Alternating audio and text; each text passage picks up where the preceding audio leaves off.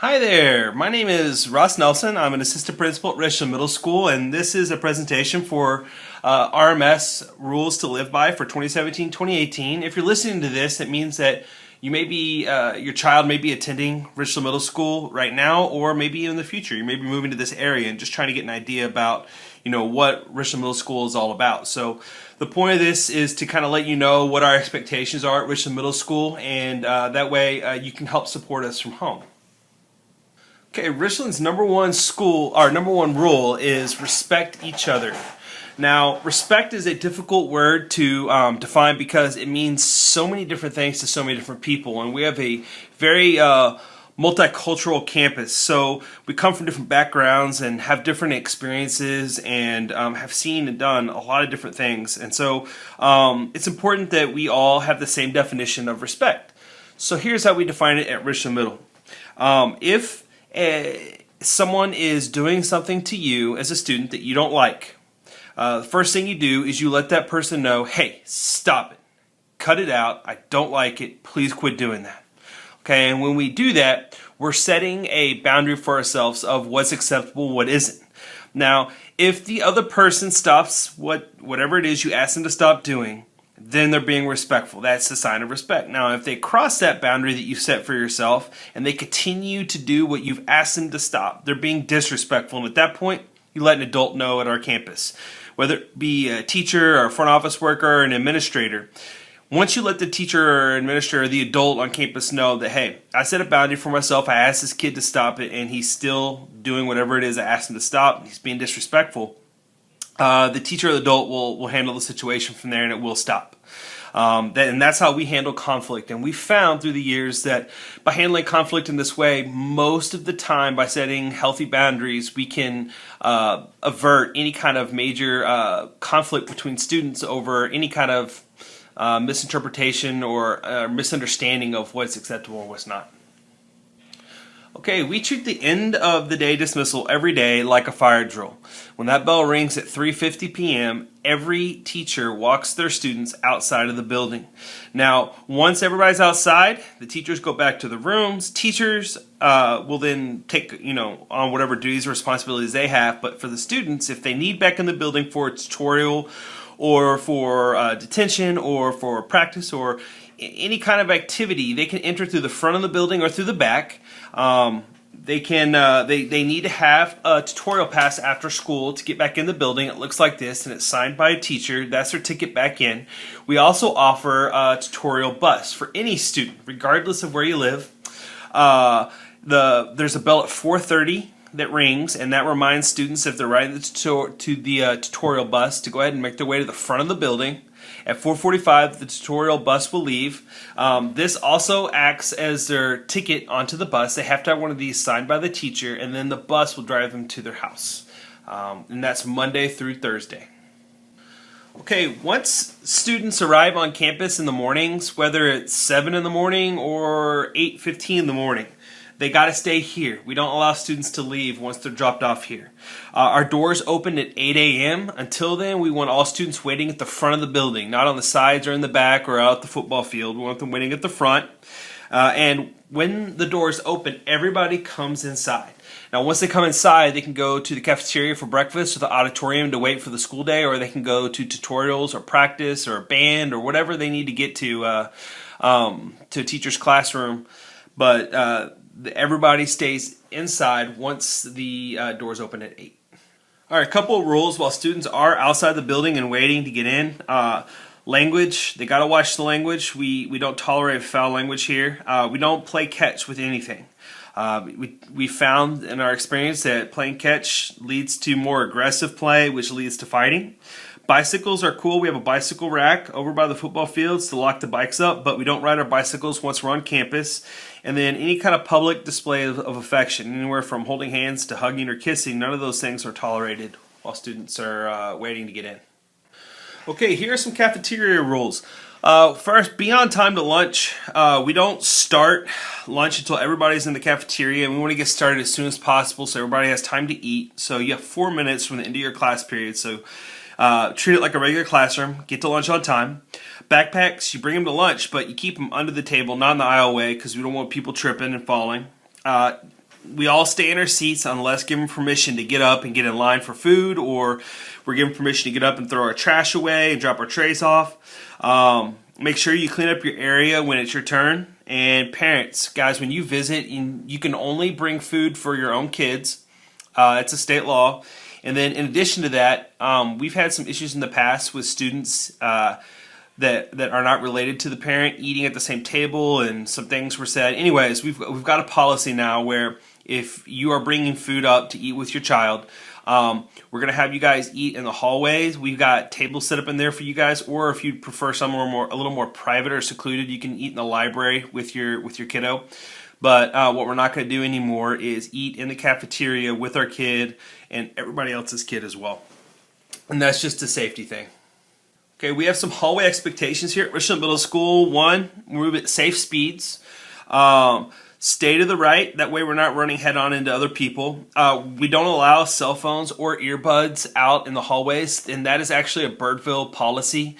At the middle school level, the students are not allowed to have their cell phones or earbuds out in the hallways. If they are, the items will be taken up, and students can get them at the end of the day. And then we keep our hands and our feet to ourselves. That makes it safe for everyone. The most important thing, I'm sure, to you parents is safety. You want to make sure your kid gets to school safe, is safe at school, and gets home safely. And so that's a huge priority for us here at Birdville as well.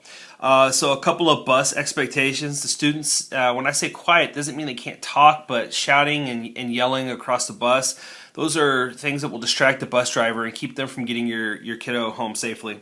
Also want those kids to stay seated. Again, that's about distracting the bus driver. We want our bus driver's eyes straight ahead on the road and for traffic. The bus is considered part of our school. It's like an extension of our school. As such, we handle discipline that happens on the bus.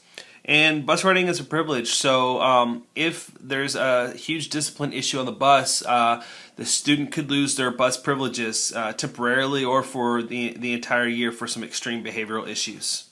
So make sure we're behaving on that bus. Okay, parents, here are some cell phone expectations. So in the classroom, kiddos can have their phones out in the classroom if the teacher gives them direct instructions, hey, I need your cell phones out. So that's a teacher discretion thing. In the hallways, they cannot have their cell phones out at all or their earbuds out, or the expectation is they'll be taken up and get them at the end of the school day.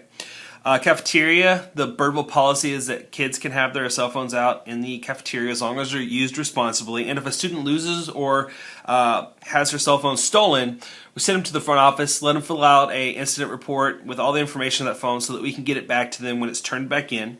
Couple side notes on this. If your kiddo has their phone out and they're not supposed to, they've been told that the cell phone will be taken up. Now, if they refuse to hand that cell phone over, they could lose their cell phone privileges. I mean, that means bringing it to campus, period, for a short period of time or even for the entire year. If we continue to have to take the cell phone over from the same kiddo over and over again, we're going to change that to a parent pickup, which means that we'll hold it in the front office, we'll keep it safe and locked until a parent can come and pick it up. The cell phone privileges could be revoked for temporarily or for an entire year if it becomes a consistent issue. And so we just wanted to let parents know ahead of time of what the expectations here are for cell phones. Okay, for the dress code, hats, if we see them, those get taken up. They shouldn't be brought to school. Hoods on the jacket, if a student is wearing a hood over their head, it's a safety concern. Can't see who the kid is, and kid may not be able to see or hear what's going on. The hoodie will be taken up and sent to the front of the school. Bandanas aren't allowed either. Those will be taken up, and the students can collect those at the end of the school day.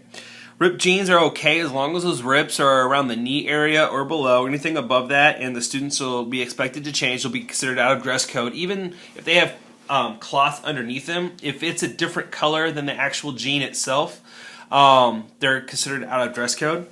We want to make sure students are covered from their neck all the way to their waist. So if a shirt is showing off the midsection, it's too short and they'll be asked to change. Same if they're showing too much of their shoulder. So those shoulder straps need to be at least a few inches wide. As far as the coverage from knee to thigh, this is acceptable and this is acceptable. This would be a case where they're showing too much skin. They'd be asked to change clothes. We don't have a hard and fast rule specifically like 3 inches, 4 inches, 5 inches, because we realize that boys and girls come in different sizes and shapes, but it's more of a discretionary thing. So if we feel like they're showing too much skin and it's a distraction in class, they'll be asked to change. So options, we have sweatpants we can give the kiddos, or we call you up and bring a change of clothes as well. And what we tell our kids is that modest is hottest. So just dress as modest as possible, and that won't be a distraction or a concern. All right, parents, our school is a no bully zone. Whether it's physical, verbal, relational, or cyberbullying, none of those things are tolerated. We will, as soon as we hear about this, we launch an investigation to figure out what exactly is going on, and then, if necessary, assign consequences, which sometimes can be pretty serious. One special note: cyberbullying. There's a new law that impacts us. If your kiddo is a victim or is a perpetrator of cyberbullying, even off campus, it could be Saturday night at a party. If that's brought to our attention, we have to launch an investigation and then, if necessary, assign consequences, even if it is not on school grounds at all. Furthermore, if on certain cases that are extreme for cyberbullying, we have to contact the police and get them involved too. So if students are encouraging suicide, if students are trying to incite a violent act upon another student, if students are showing are threatening to show anything sexually explicit involving another student, any of those things, we have to bring the police in, and they also have to launch a criminal investigation. So just want to let you guys know about that new law. Okay, so a couple things about teenagers that we know. We know that teenagers have just a tremendous amount of hormones that they didn't have before raging through their bodies, and we also know that that because of their age and their lack of experience, they're also pretty immature. And so you add those two things together, and we have a recipe for a lot of sexual harassment. So what we try to do up front is just teach kids about what's right and what's wrong. But in addition to that, if it comes to our attention that that someone is being sexually harassed, we take that very seriously. We're a zero tolerance for sexual harassment as well. So we will launch an investigation, and depending on the results of that investigation, we may pursue further action. Again, this is something that we could potentially have to loop in with the Richland Hills Police. So just keep that in mind. Okay, tardies. Students have 4 minutes to get to class. Now, we don't have warning bells here, so they just know they've got 4 minutes from when that bell rings and the teacher dismisses them to the next class period. They've got 4 minutes to do what they need to do, and it will be treated as classroom discipline. So at first, if a student is tardy and repetitively tardy, the teacher will assign consequences themselves. If those don't work, then it's sent to administrators, and then we start providing consequences on top of what's going on in the classroom. And the hope is that we encourage kids to get to class on time. We don't want any wasted instructional time. All right, parents, here is a very important issue for you guys. This is attendance. Unexcused absences are very problematic for our campus. We don't get funding for students when they're not here. So the first 6 absences that a student has, if you will either call the day of and explain to the attendance officer why your kiddo isn't here, or within 3 days send an email or a handwritten note, we can excuse up to 6 of those absences just from parent notification. Now, if you exceed that time window, so if you call the next day, you've missed your time window, or if you send an email or a note that's 4 days or more past the absence date, we can't excuse that either. That's a state law. But if you will do that, you got 6 excused absences. But after that, you will be required to have actual documentation, either from a doctor or from the court. But for unexcused absences, at 3, there's a folder that goes to the administrators, and a letter is also sent home to you notifying you that you've had 3 unexcused absences for your kiddo. At 6 unexcused absences, another letter goes home, and in between 3 and 6, the administrator is working with your kiddo and with you about how to get this turned around. Now at 10, we go to the truancy officer. So that folder gets handed over, and then the truancy officer handles any kind of unexcused absences from there. Okay, major offenses. These are the ones that are pretty serious. If any of these happen and your kiddo commits these, we're looking at also major consequences, potentially even temporary expulsion from our campus at Richland Middle and going to an alternative school called DAEP. So these are things that are pretty serious. Okay, let's talk about administrative consequences real quick. If for whatever reason your kiddo commits a pretty grievous act and ends up getting a behavior referral to an administrator, we will talk to the student and figure out their side of the story too. We'll bring you as parents into the loop and let you know what's going on. And then here are the potential consequences, just depending on what happens. So lunch detention is the student sits by themselves at lunch. They lose their talking and their technology privileges, and they get their lunch last. After school detention is for 1 hour. It's from 4 p.m. to 5 p.m. and that's Monday through Friday. Friday night school is a 3-hour detention. That's from 4 p.m. to 7 p.m. ISS is an in-school suspension. In this case, a student will their school day will start a little bit earlier. Typically, we start at 8:40. If you're in ISS, your school day starts at 8 a.m. You finish at 3 p.m., at which point you're expected to have a ride and to leave campus. You lose your bus privileges if you are assigned in-school suspension. You also lose your passing privileges. You stay in the room all day. You are not permitted to leave unless you're going for bathroom break, and then your lunch break, you go down to the cafeteria, you pick up a lunch, and then you bring it back to the in-school suspension room. Out-of-school suspension is up to 3 days. A student is sent home and is not allowed back. Now, reverse suspension is kind of new. Instead of suspending a kid out of school, a reverse suspension is a parent comes to school. So you guys would come to school and you would follow your kid around and make sure that they're behaving and doing what they're supposed to be doing while in the classroom. Now, in this case right here, we use this typically for excessive tardies, where a student's having a hard time getting to class on time. So we invite the students, or the teacher, or the parent, we invite you guys to come up and just follow your kid and show them that it is possible to get to class on time. And then DAEP, these are for the very serious offenses where a student is sent off campus temporarily to an alternative site called Shannon, where they will attend classes there, and the rules there are a little bit more strict. Alrighty guys, this has been a video about the RMS rules to live by for 2017-2018. Again, my name is Mr. Nelson. I'm an assistant principal here at Richland Middle School. If you ever need to get a hold of me, here's my email and here's my phone number. If you ever have any concerns or issues going on at school and you want to speak with an administrator, please shoot me an email and I'll set up a meeting so that we can sit down and chat about what's going on. Have a great day. Thank you.